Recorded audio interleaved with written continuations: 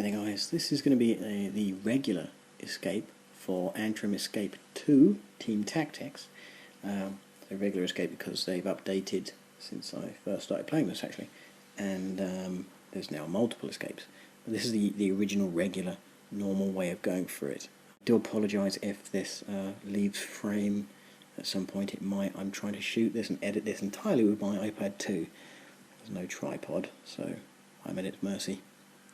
First things first, go ahead and get yourself a pen and a piece of paper. You're going to kick yourself if you don't have it, because a lot of the codes and sequences we're going to be playing with are quite long, and you're not going to be able to use them from memory.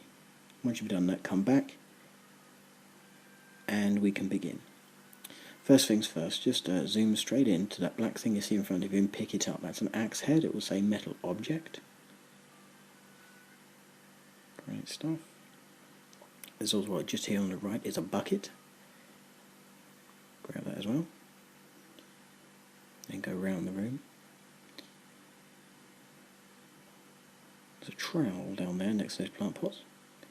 Pick it up. And while we're here, let's have a look here. Now, there's 3 plant pots when we look closely. Ignore the top one with the dead sunflower in. That's for a secret exit. Have a look at this one here on the right. It's in the shape of a tic-tac-toe board. By all means, just quickly sketch out a tic-tac-toe board and fill it with the letters G or Y. G for green where you see a green thing, Y for yellow where you see a yellow thing. So note the bottom right hand corner that's empty is yellow, because in this game of course of tic-tac-toe, if you go first you get 5 goes and your opponent gets 4. Here green has played 5 goes, yellow obviously is the other player, has 4, and that's got to be its 4th move. There's no other way that game could be played.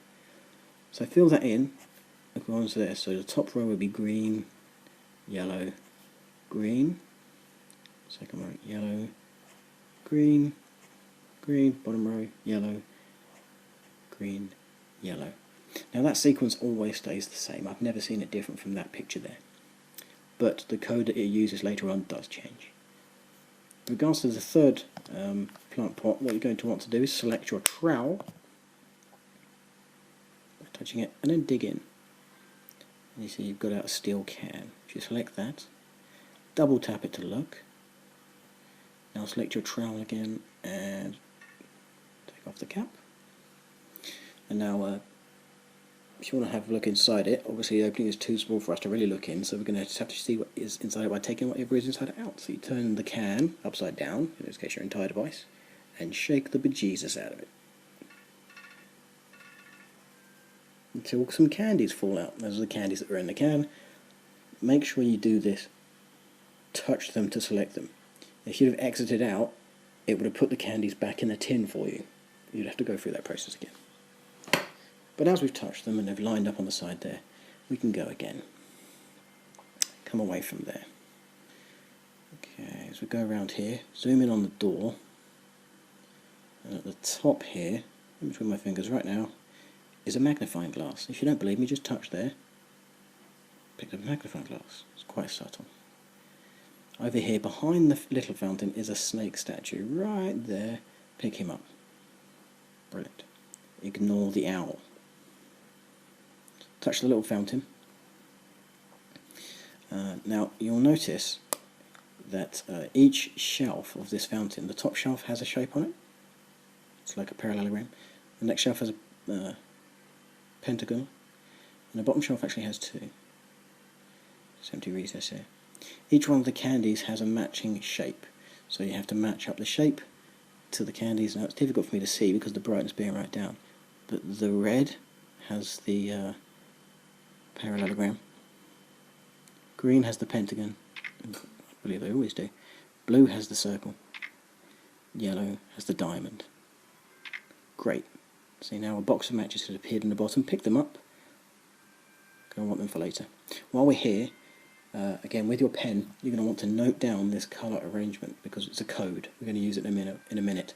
So I've got red at the top, so that's R, green in the middle, green, and the bottom is yellow and blue. Well, if you had a palette of paints and you mixed yellow and blue, you would get green.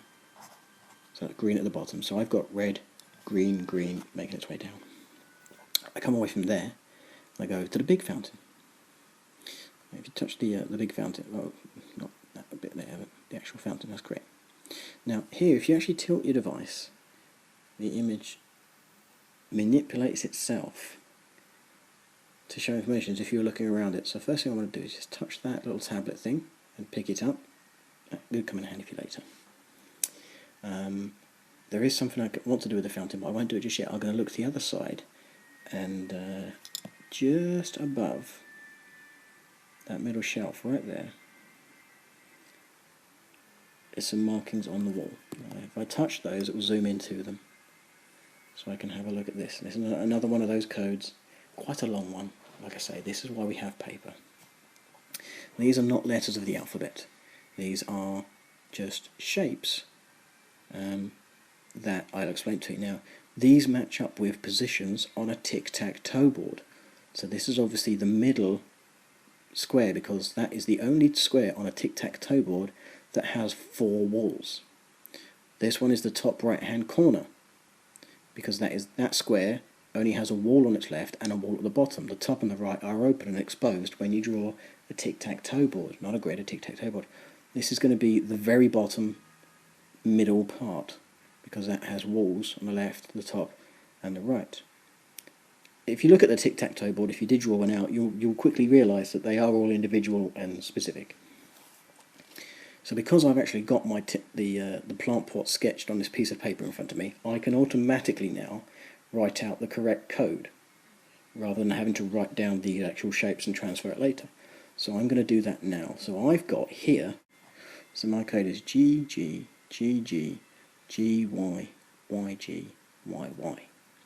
Your code is more than likely going to be different, because this does fluctuate.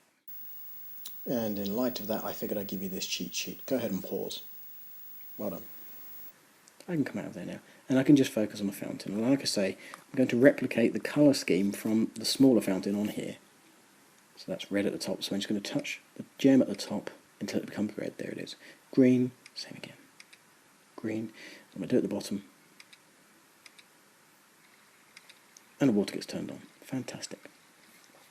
As I have the water on, I'm going to take my bucket, I'm going to fill it up. Marvellous.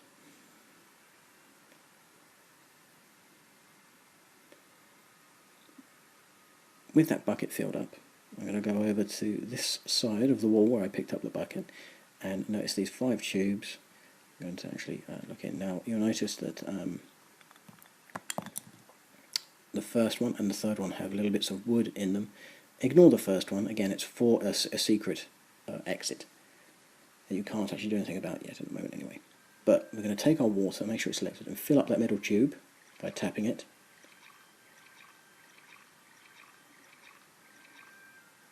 Until the piece of wood is at the top, and then we can select it and pick it up. Bingo. Have a look at it.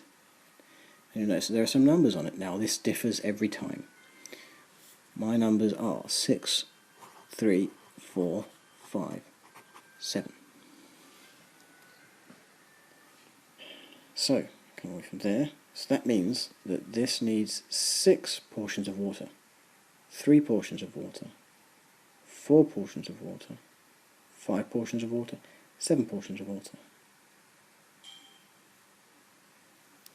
Make sure you've got your bucket selected first, otherwise you're just hitting tubes. 6, 5, 4, 1, 2, 3, 4, 5, and 5, 6, 7, and now a red button appears. Now when you hit this red button, this happens.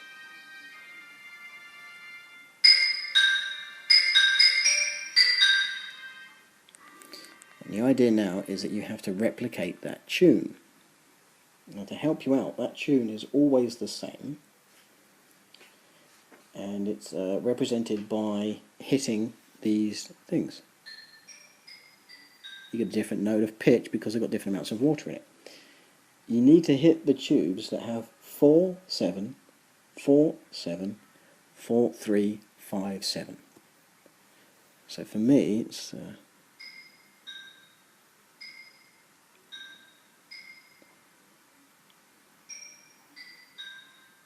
if you get it correctly, a little drawer opens and you get this plate. I'm going to select that. Oh, sorry, I'm getting rid of this. Take the plate. Marvellous. We have one. We need 3. Now,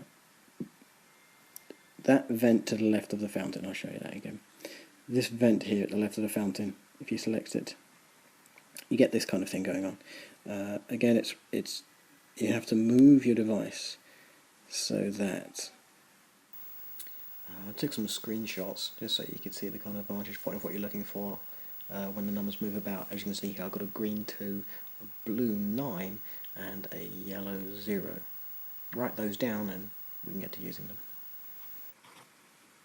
Yo, fantastic. So look at the fountain again and then touch this vent right here. So it's not there, is it? And there we are. It's just behind the fountain. It's quite tricky.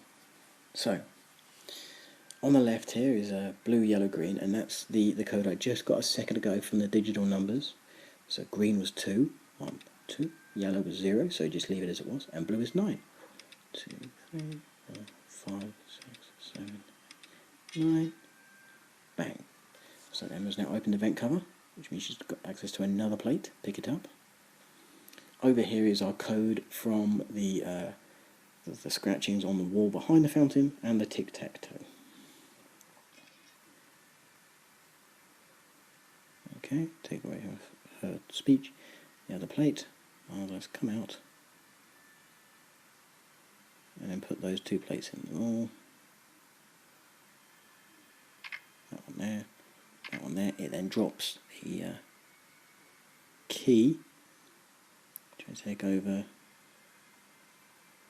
to this door here. I'm going to put the key